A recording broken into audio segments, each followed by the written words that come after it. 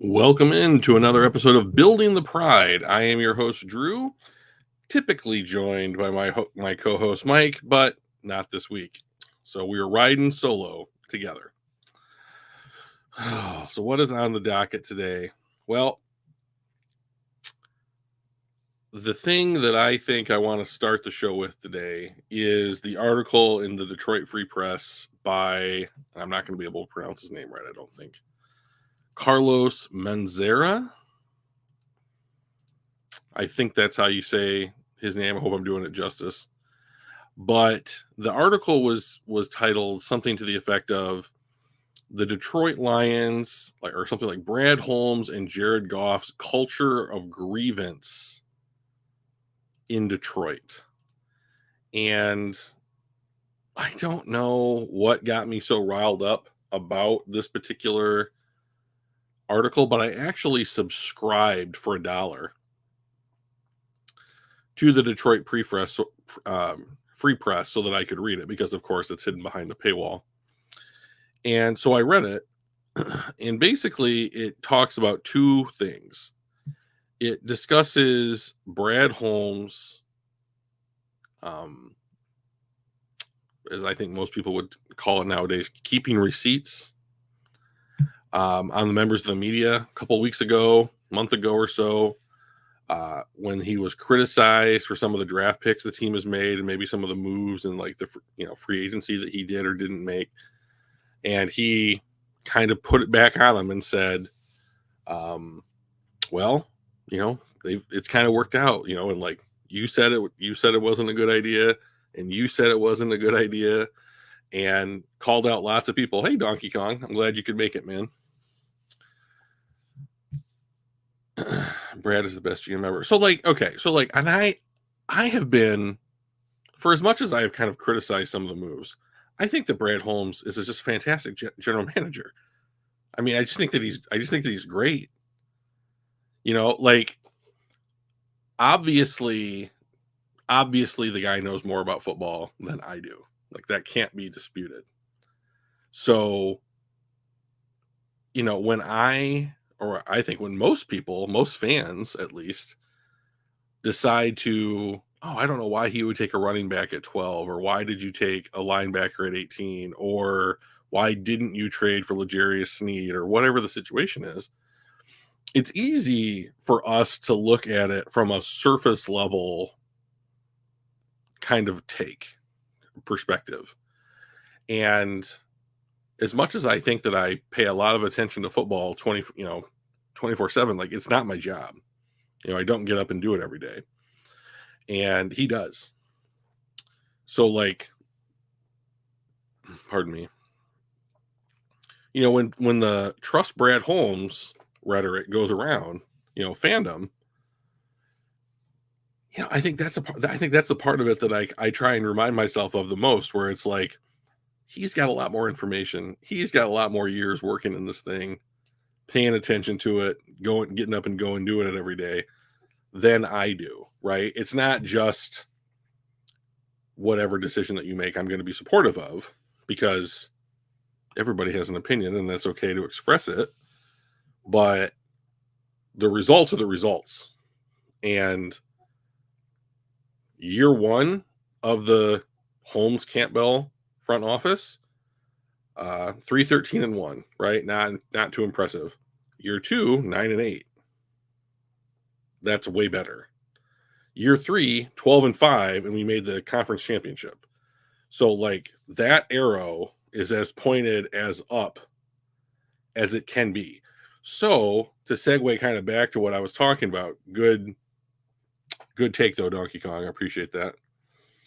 Kind of segue to where I opened is that, like, I don't understand this article in the Detroit Free Press about a grievance culture that Brad Holmes and Jared Goff are creating in the city of Detroit, because that's just simply not how I see it. So the article basically discussed Brad Holmes taking exemption to some of the Lions sports media people, basically criticizing his picks over the years, or some of his picks. And then it also brought up Jared Goff went on to I think it was called Talking Points podcast last week, and basically saying that like the media in Detroit really thrives on negativity. Well, we've all heard the saying, there's no news like bad news, right? I think it's that, right? There's no news like bad news. Isn't that the saying? There's no news like good news. It's one of the two. But I think that we all can admit that in the modern age of consumerism, something that is negative is going to get attention to a much greater degree than something that is positive, right? Because conflict is interesting.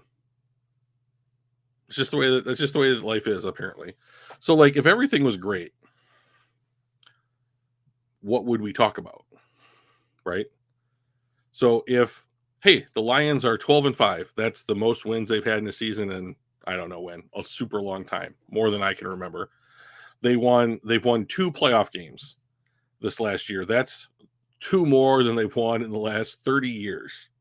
That's awesome. That's great. That's a landmark for this team. And there has been, I mean, we've been on Hard Knocks. The draft is in Detroit this year. These are all things the Lions have received permission from the league to market the brand. I believe in Canada and Germany. So like they're taking the brand on an international, trajectory over the next 5 years. And like, it's all good. It's all good, positive stuff that's happening for this team. And like, I got on Twitter. I refuse to call it X. That's just so stupid. I got on Twitter the other day, and 2 former journalists for Woodward Sports, Adam, I don't know how to pronounce his last name, Bayoun, Beyoun, and Jeff Iafrate, Iafarte, Iafrate, I don't know how to say it. Were having kind of like a live show, and they were just ripping the Lions and Jared Goff apart for kind of taking this approach that like the media is really negative. And I thought Jared Goff made some good points in like his when he was interviewed on the podcast. Like the basic thing I took away from it was, hey guys, things are better now. Things are better now. Like we're winning football games. Like, we're, winning playoff games. Like we were, a half, 2 quarters away from making the Super Bowl last year. We have Super Bowl aspirations this year. And I think it's hard to deny that so far in the offseason, this team isn't better than it was last year. I mean, I would make that argument. So I don't understand what the problem is from the perspective of these Lions media journalists. Like so if your job as a member of sports media is to point things out, be critical, and like sell the drama that every news agency on earth sells nowadays, then okay, you can do it. But that doesn't mean that you are immune from criticism yourself when it comes to the people that you're actively criticizing. Like if you're going to say negative stuff about the Lions when things are good, I think that the people who work for the Lions who are helping to realize that improvement have a legit take on, hey, we don't really appreciate the fact that you guys are still belly aching about what this team is or could have been or whatever. Like, could we have gotten to the Super Bowl? Sure, if the ball doesn't bounce off Vilder's face mask and then like Brandon Ayuk just doesn't quit on it like 30 yards downfield. I mean, it's ridiculous. That play is 1 in a million. It's more in the hands of God than it was Kendall Vilder, like, and like the offense barely scored in the second half, and like the defense didn't play very well, and it was the tale of 2 halves. And sometimes that stuff happens, but I'm not going to crucify the Lions for what I thought was an excellent season, a great playoffs, and an excellent effort in the championship game. So I don't understand why. I mean, maybe it's just their job to do that. And I don't like it when I'm criticized about like how I do my job. And I don't know that any of you guys out there would enjoy being criticized about the way that you do your jobs. But it's a part of life, and I was always told if you can't take it, don't dish it out, right? And I've had a problem with that. Like I like teasing people. It's one of the ways that I communicate. I tease Mike all the time, on our show, but I don't necessarily enjoy it when I get teased, and that's a double standard, and so it's not fair. Double standards aren't fair. Their inherent nature is unfairness. So I don't think that it's wrong for the Lions to clap back a little bit when they've got all this success backing them up and saying, like, hey, what are you mad about? That we didn't win everything right away? I mean, we're heading into year 4 here, which is crazy to say. I mean, it's crazy to think that we're heading into year 4 of this already. But I didn't think that the Brad Holmes interview where he kind of put it back on the beat reporters or whatever was what I would have done. I mean, like, you are a GM, you're gonna get criticized. Hey, Will, hey man, it's good to see you. I saw you in the Twitter discussion the other day between Adam and Jeff, and I was trying to say hi, but I couldn't. I could literally not figure it out how to do it. So, but I appreciate you showing up today, man. That's really cool to see you.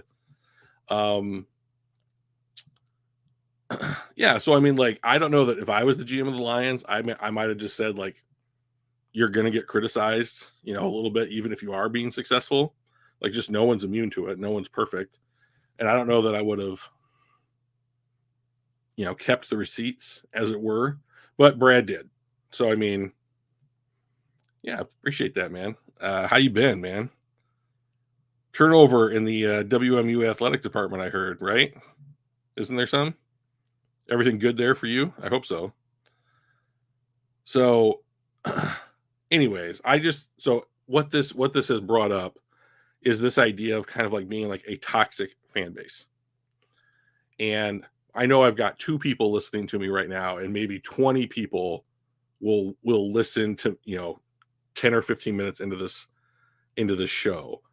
But if there is one thing I want so badly for the Detroit Lions, it's to have a non-toxic fan base.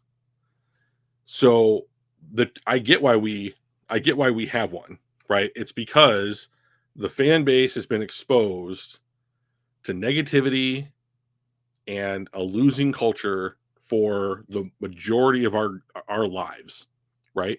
Or in probably our parents' lives. And that's what you grow up on. And ended up as the D-line coach of Michigan. I saw that, dude. I was super stoked because he came over and started recruiting right away. So that was pretty awesome. So, but you're good. Oh, you're gonna get to go to Michigan? Are you for real? That is so cool, dude. I'm gonna ask you 1,000 questions. So you gotta let me know when that happens, okay? Hit me up on like Discord or something. Wow. I'm actually thrown. Oh man, talk about a dream. So I hope that goes well for you. So toxic fandom. Jesus Christ, Will. Yeah, good job, dude. Yeah, I would be too. So I am as guilty of this as any other person. Where I was so, I'll just say, brokenhearted. You're welcome, buddy. By the constant losing, and like before Sheila, I felt that the owners straight up just didn't care how the team performed. And then just in my lifetime, I went from Millen to Mayhew to Quinn, just like everybody else did. And it was just like, wow, 3rd wide receiver in a row. I'm glad one of them worked out, or whatever, like, 2 tight ends in the first round. 3, right? Wasn't Ebron, Hawk, and there's another guy. Pettigrew, Brandon Pettigrew. So like I was looking at some like I was looking at some a breakdown of how many players in this under this CBA picked in the first round get second contracts from the team that drafted them. And I was looking at tight ends, and it's super low or whatever. But like I was like, three of those, like seven tight ends in like the last 11 years are the Lions. And I was just like, I was just so upset rem- remembering some of those things. And so I understand the negativity. Like I remember when I would watch the team on Thanksgiving, like Thanksgiving Day game, and there'd be people in the stands who paid money and took time out of their day to go to the stadium and wear grocery bags on their head to express their disappointment with the franchise. And like, if I was a professional athlete and I'm going out there and like risking my body and putting in all this effort, and even players on bad teams do that, and I see my fans up in the stands with grocery bags on their head because they're embarrassed, like, I mean, that has got to be just heartbreaking. And that's the culture that I've grown up in. And so I understand why it's tough for people to switch gears and say, well, we don't need to wear the grocery bags anymore. And this fandom is so desperate. It's like it's been dying of thirst for so long, and you finally give them water, and it's just this refreshing, like life-giving gift, and winning and like being respected, and like having people that have ridiculed you, whether that's the media or other fan bases or other players, like I remember Deion Sanders famously said, like, I'm glad Detroit didn't draft me. I would have asked for so much money they'd have to put me on layaway. Like and because of that, I've never been a Deion Sanders fan. Like Gronk retired as opposed to being traded to the Lions. Like that's just, like that's Lions fans love to talk about disrespect, right? When Penei Sewell doesn't show up on some list somewhere, when PFF doesn't list Amon-Ra St. Brown as one of the top wide receivers in the NFL, we see disrespect everywhere, right? But we're also really slow to acknowledge respect, and like the problem with respect is it takes time. And that's something that I think a lot of Detroit fans no longer have, is any patience, because we used all of ours up in our 20s, but there's a whole new generation of fans, and some of which are young enough where they've known nothing but winning Lions football.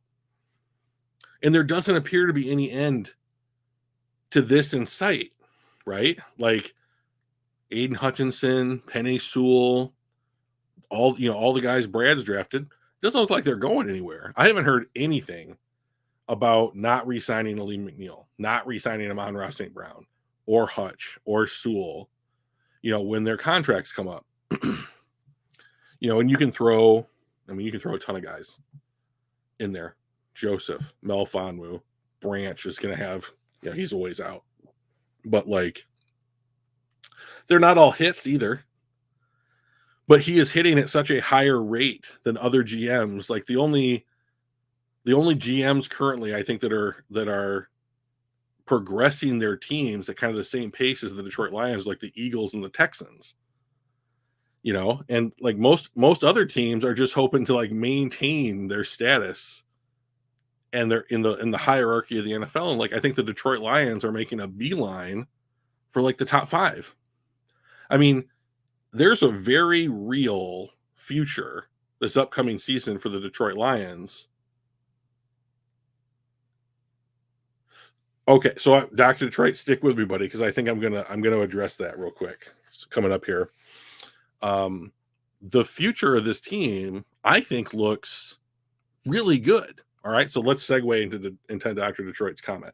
See, Mike always does this for me, so I don't know if I'm doing it right. Here we go. So let's assume. So I have heard nothing about the possibility where Jared Goff is not the quarterback of this team in 2025. I would worry about Goff. Right? Yes, I would agree. Right. So Goff, and so like this is Will's point here, right? Will says, I would worry about Goff if we didn't draft as well as we do, right? So this is an excellent summation, in my opinion, of who Jared Goff is. Jared Goff is the quintessential, in my opinion, game manager style quarterback in the NFL. He's not asked to do an absurd amount of work during the game. He's asked to not make a lot of mistakes. So he's asked to play the game in an intelligent manner, relatively safe manner, and like the offense that they have crafted for him allows him to thrive at this. And like to Dr. Detroit's point here, he has cost us monetarily somewhere between 29 and 31 million dollars a year, right? So let's say, for the sake of just theoretically, we're at this point next year, Goff's contract is up, or during the season at some point, he's going to enter into contract extension talks, or his agent will, with the team. And they give him a contract at this number that Dr. Detroit says, 50 plus, right? So let's say it's 3 years, $150 million. Okay. So yeah. So if it's 50 plus, I think that's a lot. That's obviously a lot, right? But if you tack on 2 or 3 void years, does he stay at 31? Does he stay at 35? Is 50 really 35?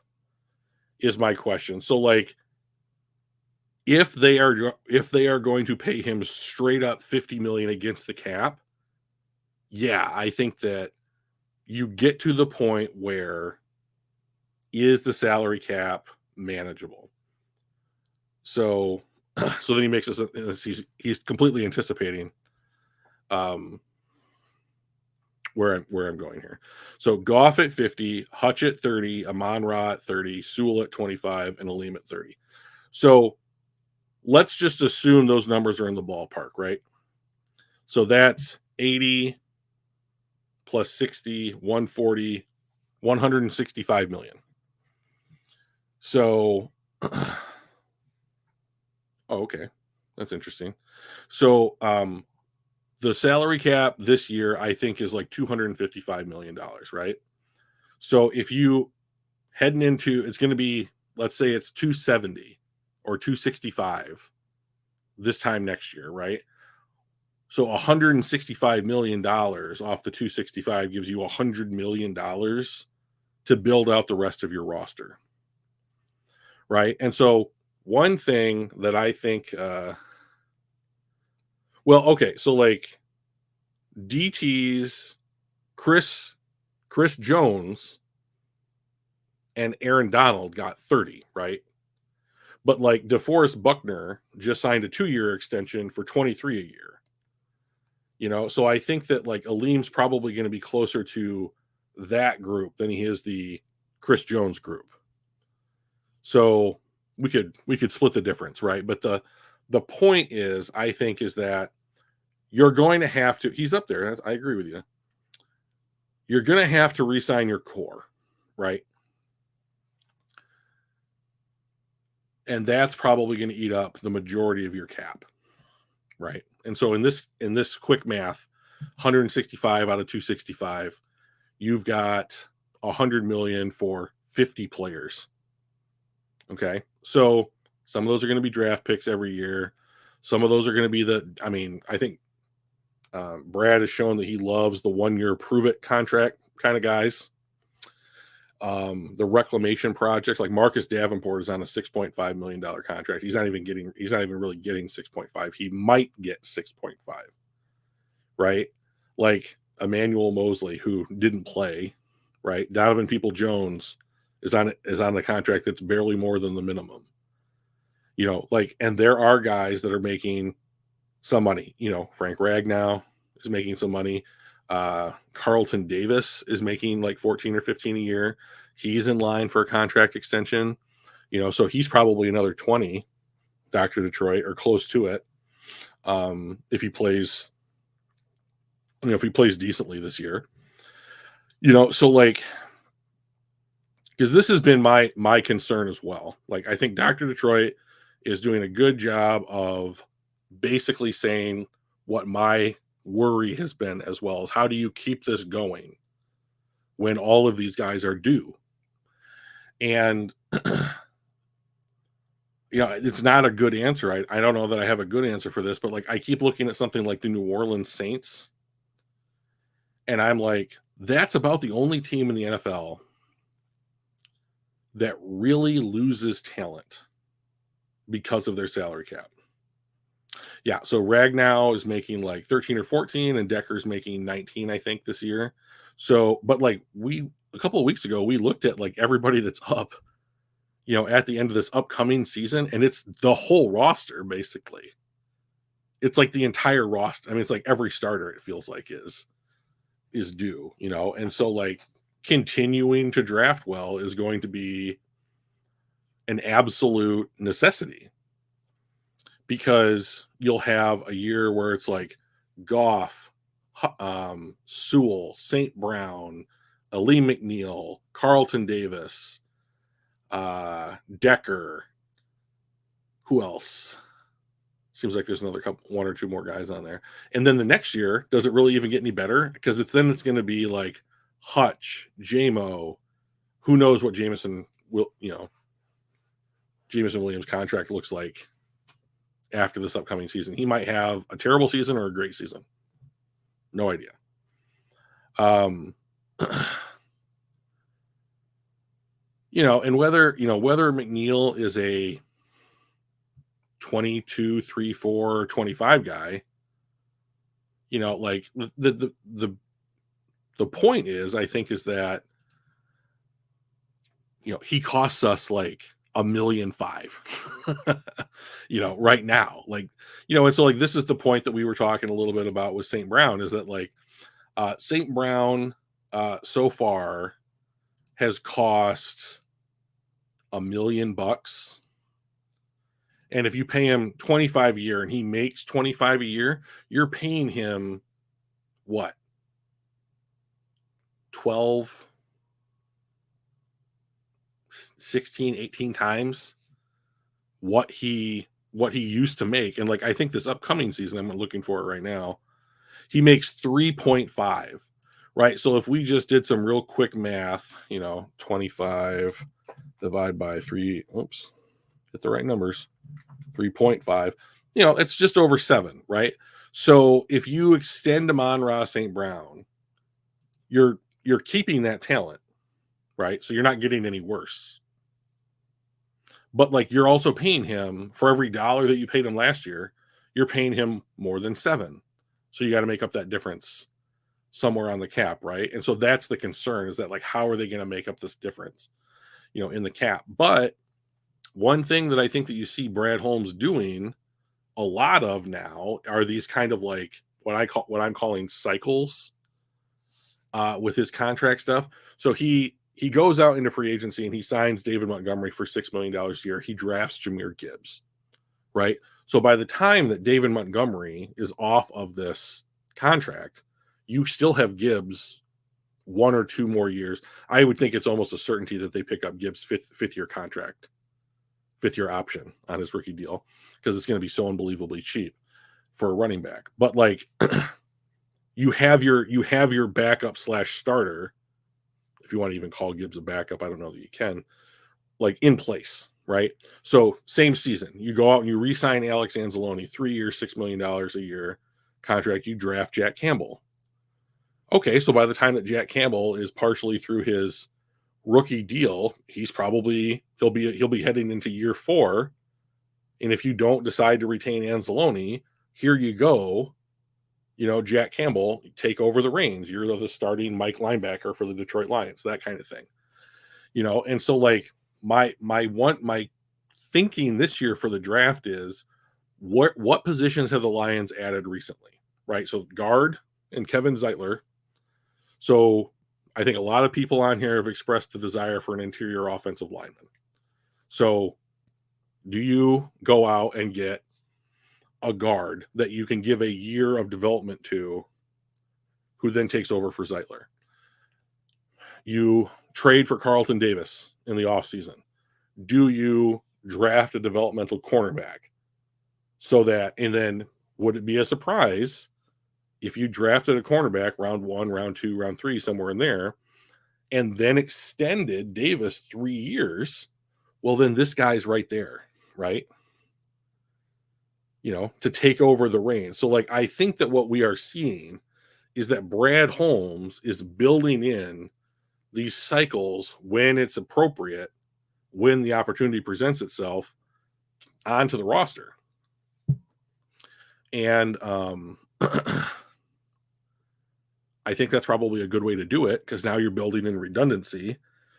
You've got a quality player plus a quality backup, and then that guy's ready to assume the position of starting player in the NFL when, the opportunity presents itself. You've built in depth, which I think is good. But and I think Dr. Detroit has highlighted the okay, so you've hit on an abnormally high amount of draft picks. How are you going to pay everybody? That's a great question, because there's no one leaving the roster. So this last season, Jonah Jackson left. Now, he was a 3rd round draft pick.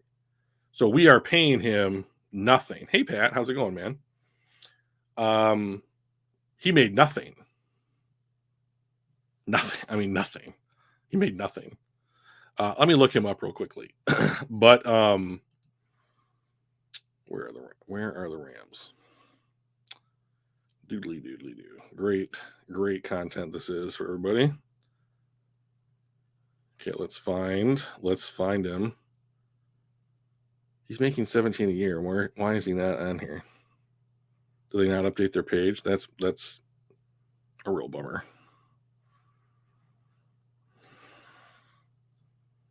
So, I was a really big fan. There he is. He made, they're not going to show us the first contract. I can find it. He made $3 million this last year in Detroit.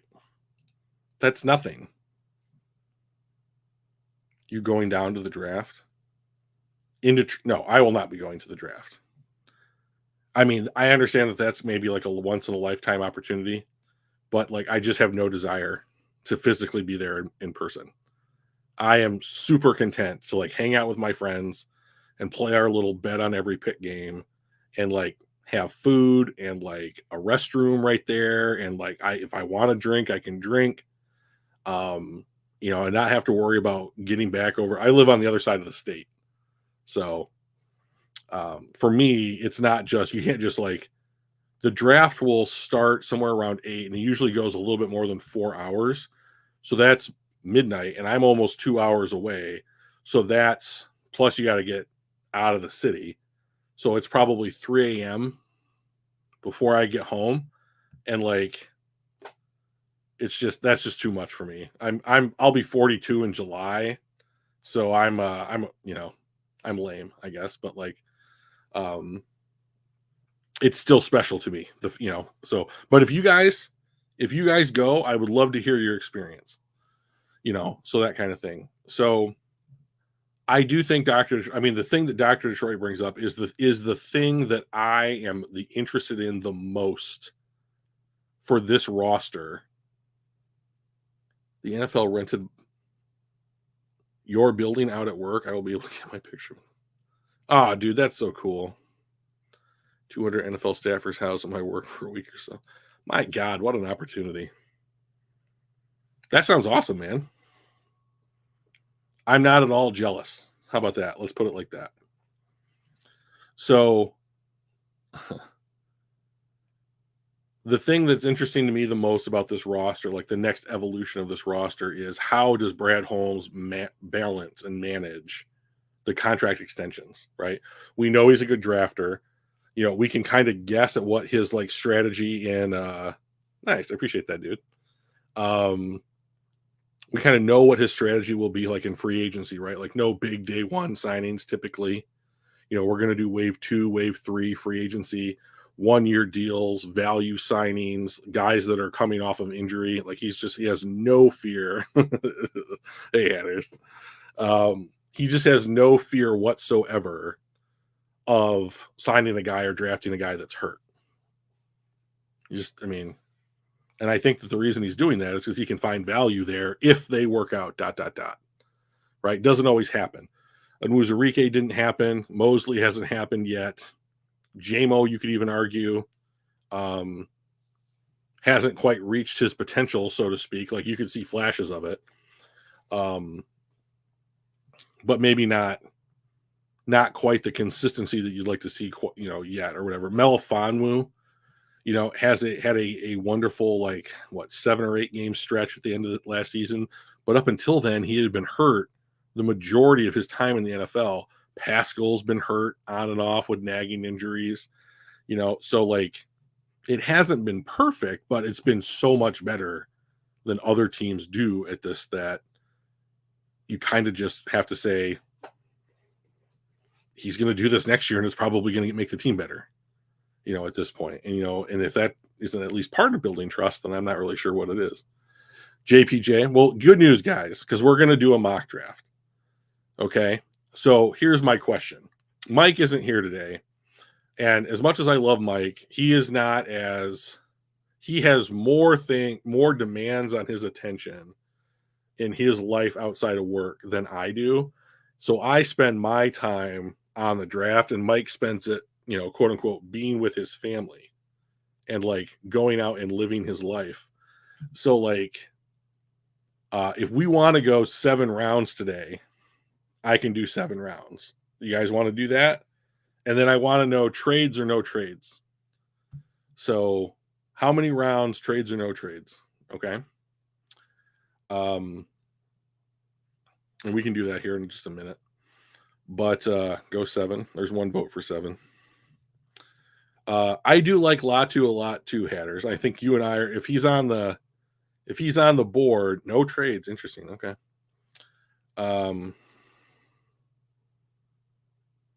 And to keep our strength. No trade. Okay, no trades in 7. Okay. Well, let's jump into it here. Let me get over to PFF.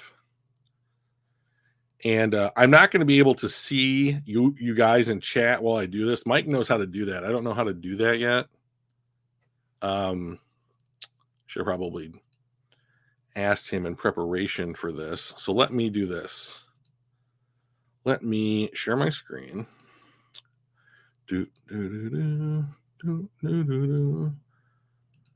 Okay.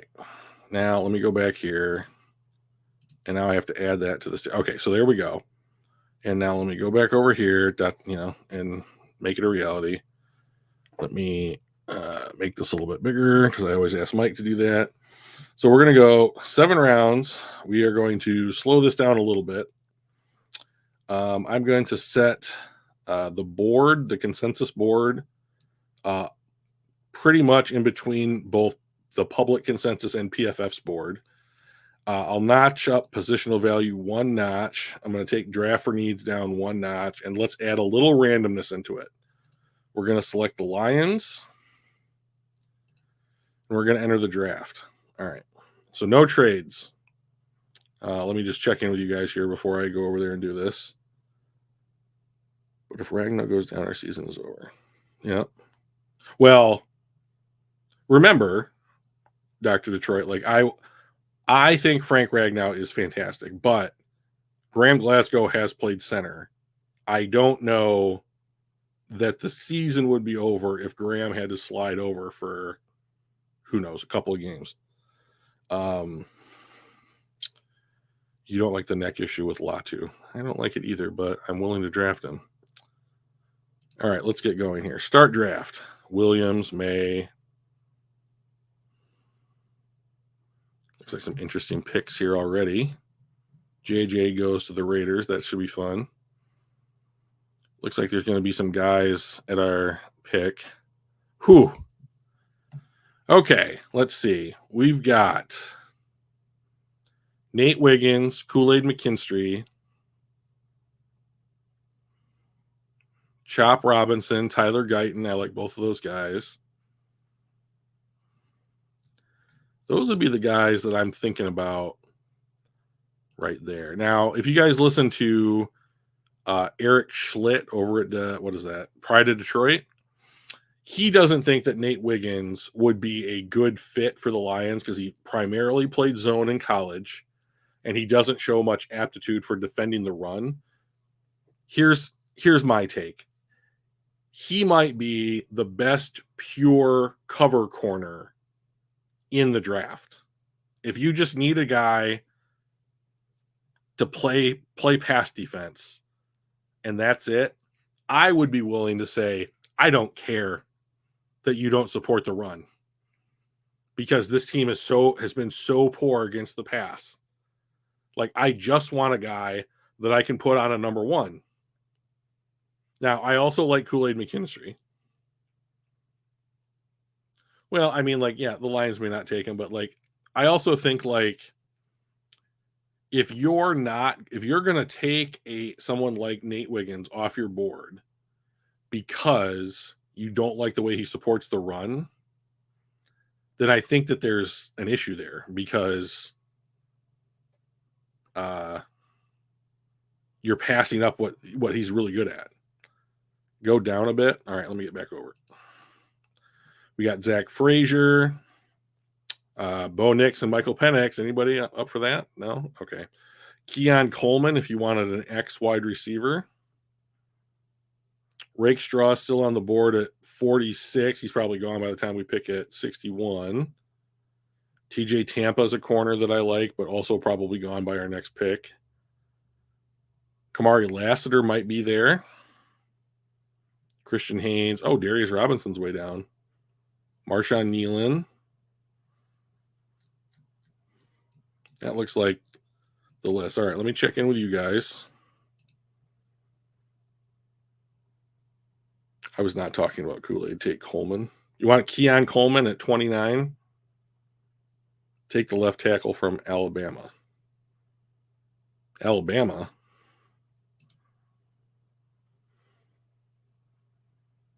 Do you mean Oklahoma? My voice breaks. I'm 40 years old. So, if you take someone like Guyton, it's because you're planning. I think it's because you're planning to not have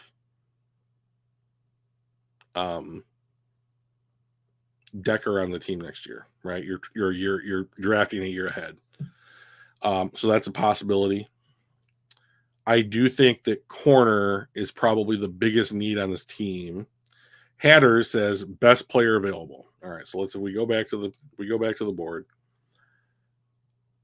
I think you can make a choice for either of these guys, Wiggins or McKinstry, as quote unquote the best player on the board is like a BPA type of thing. We do have a trade offer. We said no trades. Never mind. I'm going to go with McKinstry here for a couple of reasons. I think corner is the biggest need on the team. I do agree with Pat that I think that he's probably more in line with what the Lions want. Let's take a look at him. So remember, these are the numbers that he had on the board at Bama. So 6'1", 195, 21 years old. It's all to the good. Great balance and fluidity in back pedal. Good but not great recovery speed. So Jerry Jacobs. Length is a big plus for press. That's in the Lions like to run press. Hands are quick and precise for disrupting receivers out of press. Good shoulder dip reaction time. Comfortable and confident on an island. Does not fall for feet chopping wide receivers in their releases. Quick to read screens. So that's good. Can you imagine if you had Branch and McKinstry trying to blow up screens like the Vikings are going to want to run? Change of direction, ability, and agility are good but not elite for stickiness and coverage. Likes to be physical, which can lead to unnecessary DPI penalties. Long speed is good but not elite. Could stand to be more aggressive when attacking the ball. So welcome to Detroit. So I'm going to check in with you guys here real quick. Not sticky. Holds kind of slow. Kind of scared. Kind of scared. So, okay, yeah. So, I mean, like, here's the other thing about this, right? That we got to kind of remember is that the Lions are now picking at the bottom of the rounds, you know, and so I think that being scared with some of the picks is going to be a little more common. All right, so here we are at 61.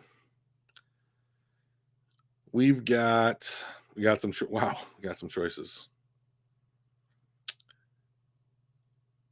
We have choices. I think let's not we're not going to take Blake Corum as much as I love Michigan. We're not going to take Blake Corum. Jonah Ellis could be an interesting edge. Christian Haynes obviously solves a long-term problem at guard. Darius Robinson is on the board. I don't mind Darius Robinson, I guess, but like he's just a bigger version of John Kaminsky. And like I don't know that I want to use the 61st pick to eventually upgrade John Kaminsky, you know? Who there for guard in the second and defenseman? Hatness? Haynes. You mean Haynes. I mean, I don't have a problem with Christian Haynes. Let's take a look at Haynes.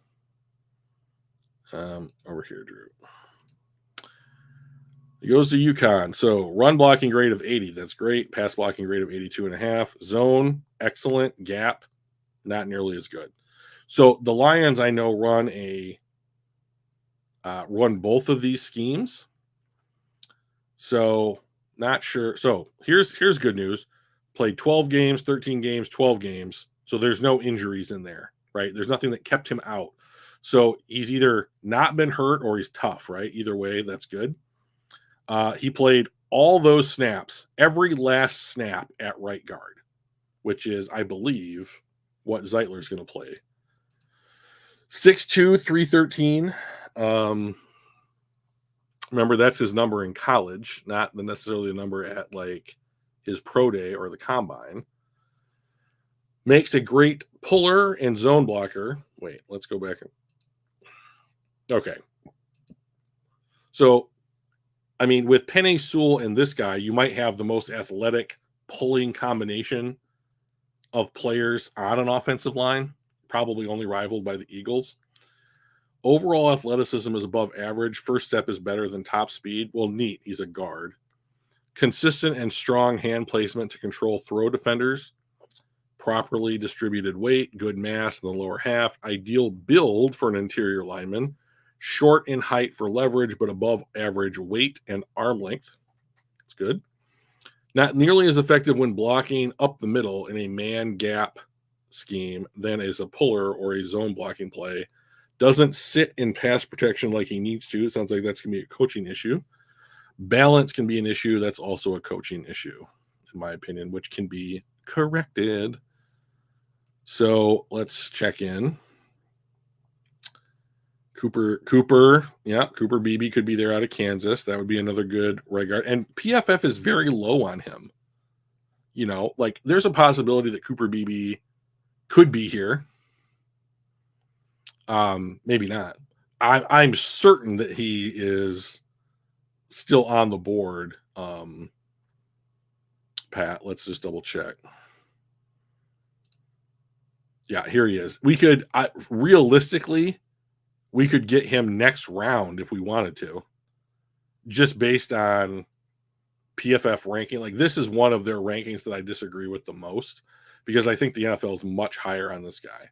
But let's just take the pick appropriate player here and take an interior offensive lineman in Christian Haynes.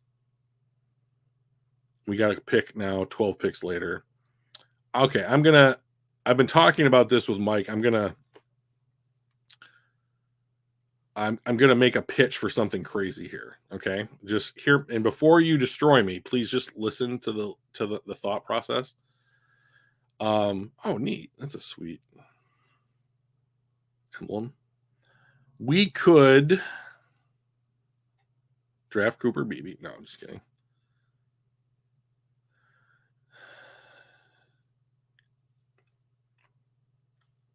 You have you could draft Blake Fisher and he could be your swing tackle this season. Devontae Walker might be an X wide receiver. He's certainly like a go ball kind of person, which I don't particularly agree with drafting because Jared Goff doesn't throw go balls. But he is 6'2", or roughly that size. Good size. He could play the X role. How big is Javon here? About the same size, a little less. A lot of running backs now. You could take, Xavier Thomas, who played like 6 years at Clemson, I believe. Yeah, they don't even have his good pass rush win rate, which I'll never be able to say correctly. And he plays like a wide 9.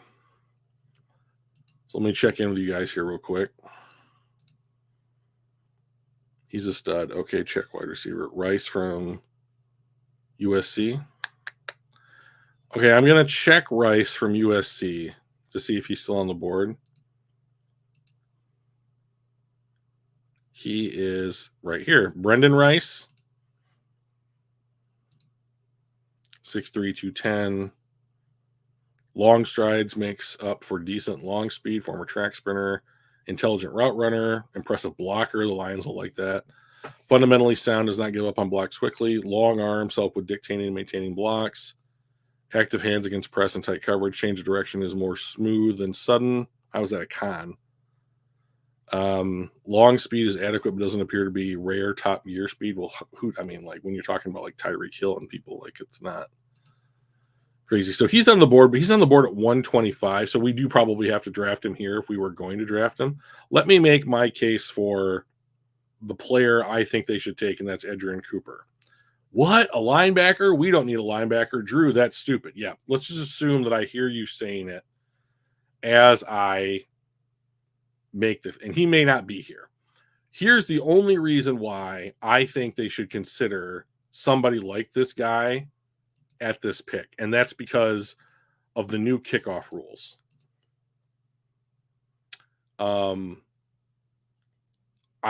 With the new kickoff rules, you don't need gunners. Everybody's going to be on. Everyone's 10 yards away from one another.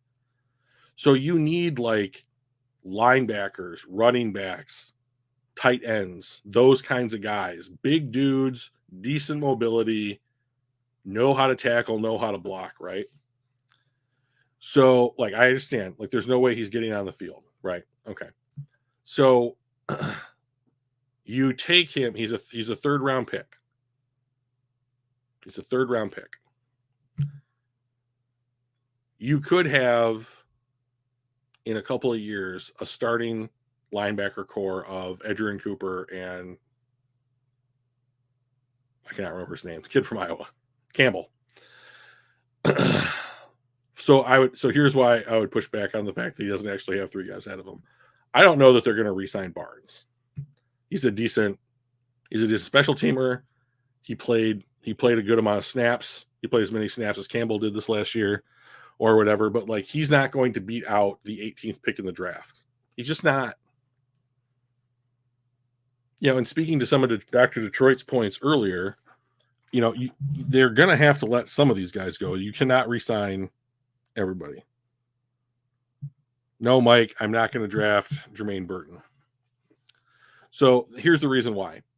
The reason why I think that Jermaine Burton is off the Lions board is because when I think it was Texas A&M or was it Tennessee beat Alabama this year, their fans rushed the field and Jermaine Burton punched a girl in the face. It's just awful.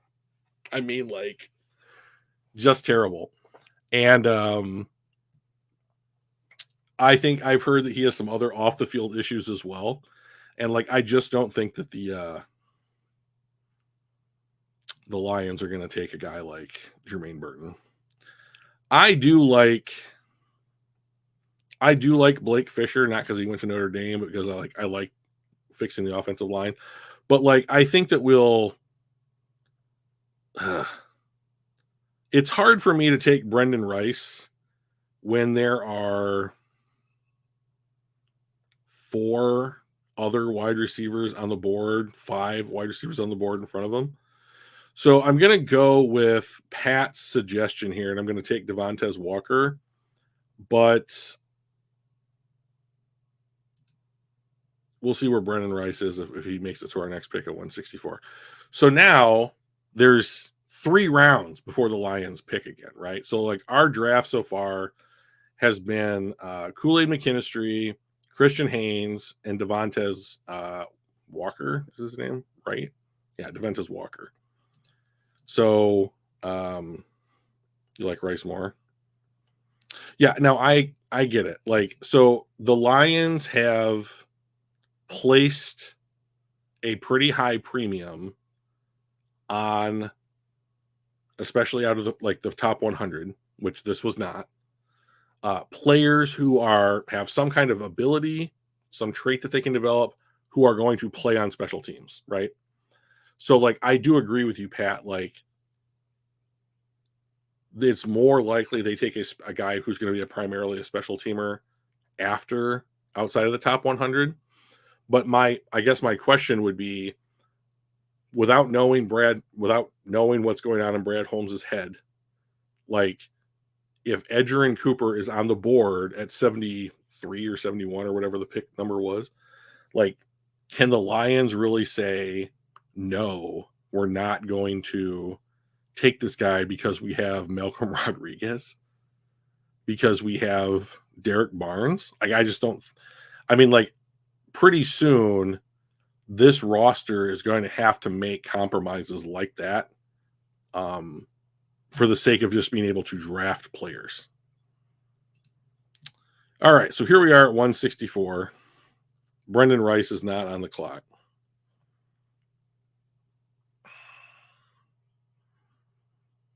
Oof.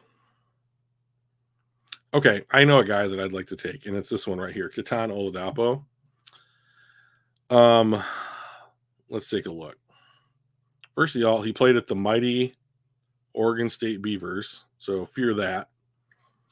6'1", 217, excellent in run defense, pretty good in coverage. Looks like primarily a box and slot guy. So the Lions have placed an emphasis on guys that can play multiple spots in the secondary. So you let go of Tracy Walker. You did not resign Chauncey Gardner-Johnson.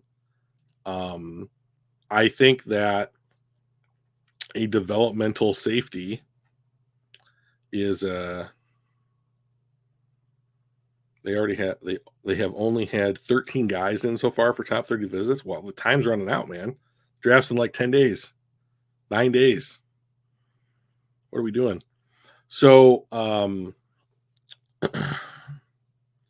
sorry, Mike's probably texting me going crazy that I didn't draft Jermaine Burton. So, I think this guy would be a nice little addition to the squad. Good size, versatility, good against the run. I'm going to add him to the Lions. Welcome to Detroit, Ketan. So we got 2 picks coming up almost back to back here, 201 and 205. We've gone corner, guard, wide receiver, safety so far. So we could, I don't know that there's an edge. Oh, Bo Bray just went off the board. Torrey Taylor's sitting here at 182. So we could take an edge. We've got Jalen Harrell from Michigan, and like this would be the 4th guy coming off the edge. We could take a tight end, AJ Barner. I know those are both Michigan guys, so don't shoot me. But like, I do think that he would be there primarily to play special teams on the kickoff unit. Who else? Will Ricard, which I do think. So let me just say this. Pick 249 is a kicker, and everybody can get mad at me, but that's happening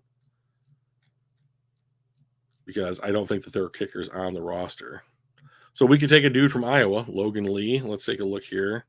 6'5", 291. Ooh, that's pretty tall. Run defense, good. Pass rush grade, not so very good. Not much of a pass rusher. Looks like a B-gapper here. So more of like a one or a 2 technique kind of guy. Check in with you guys here a little bit.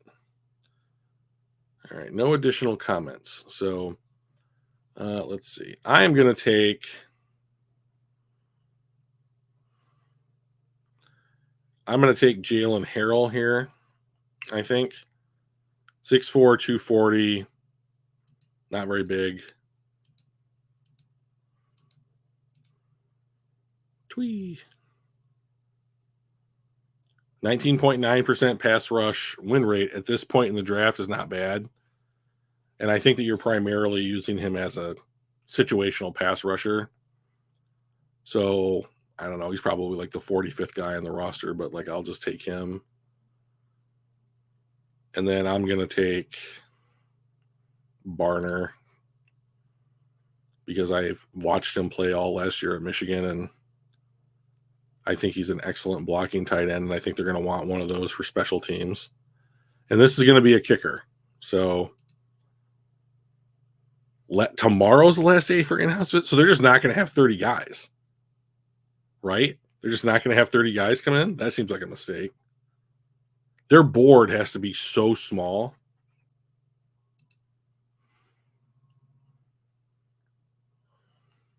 Oh, there's Ricard draft. Hey, Josh Wallace made it. Yay. I've earned 2 new awards. What is this?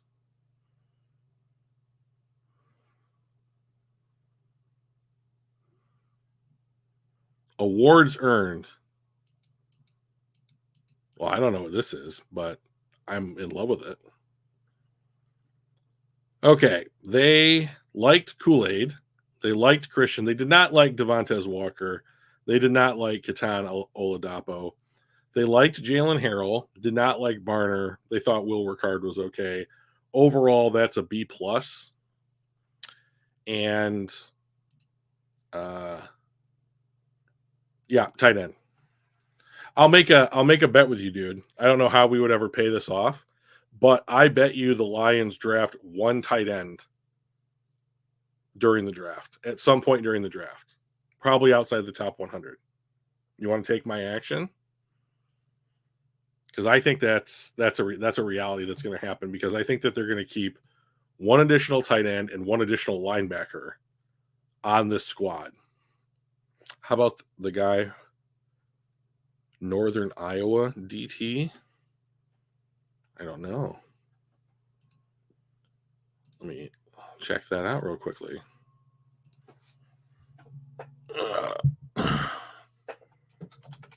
Northern Iowa defensive tackle. Christian Boyd. Okay, I can keep an eye on him for like future mocks. I'm not drafting helmets. I mean, an edge rusher, which was a team need. He was the top edge rusher on the board when I took him. And I think that they're taking a tight end, and he was the top tight end on the board when I took him. So, or second. You know, and you got to remember, like, they are literally right down the road from the facility. I mean, like that. Brad Holmes has already come out and said, like, I'm going to go look at other teams' pro days because I get such a good look at Michigan players all the time. You know, there's just a familiarity there. So, I mean, like,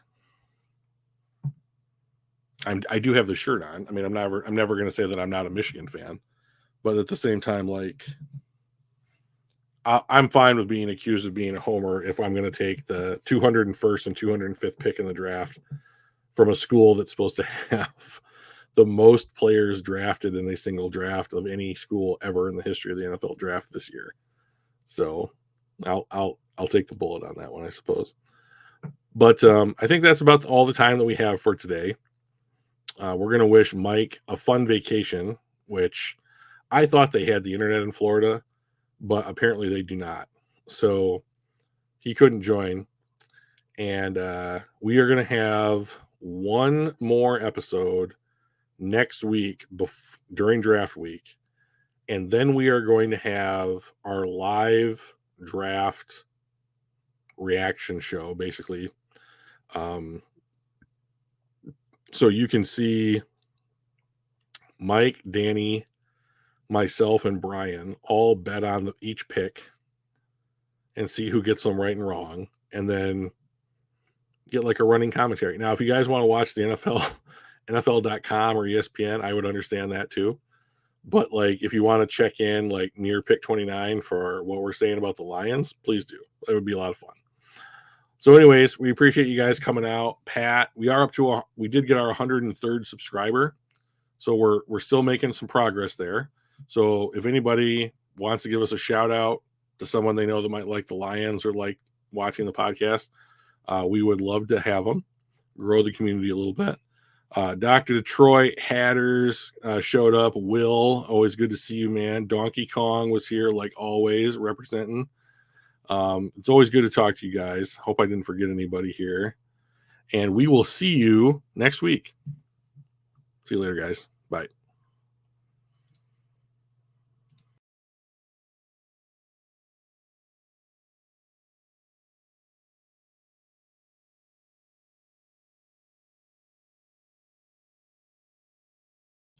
Well, I did the thing that Mike did, and I left the studio as opposed to ending the stream. So, Mike, you got that one on me, buddy. Sorry.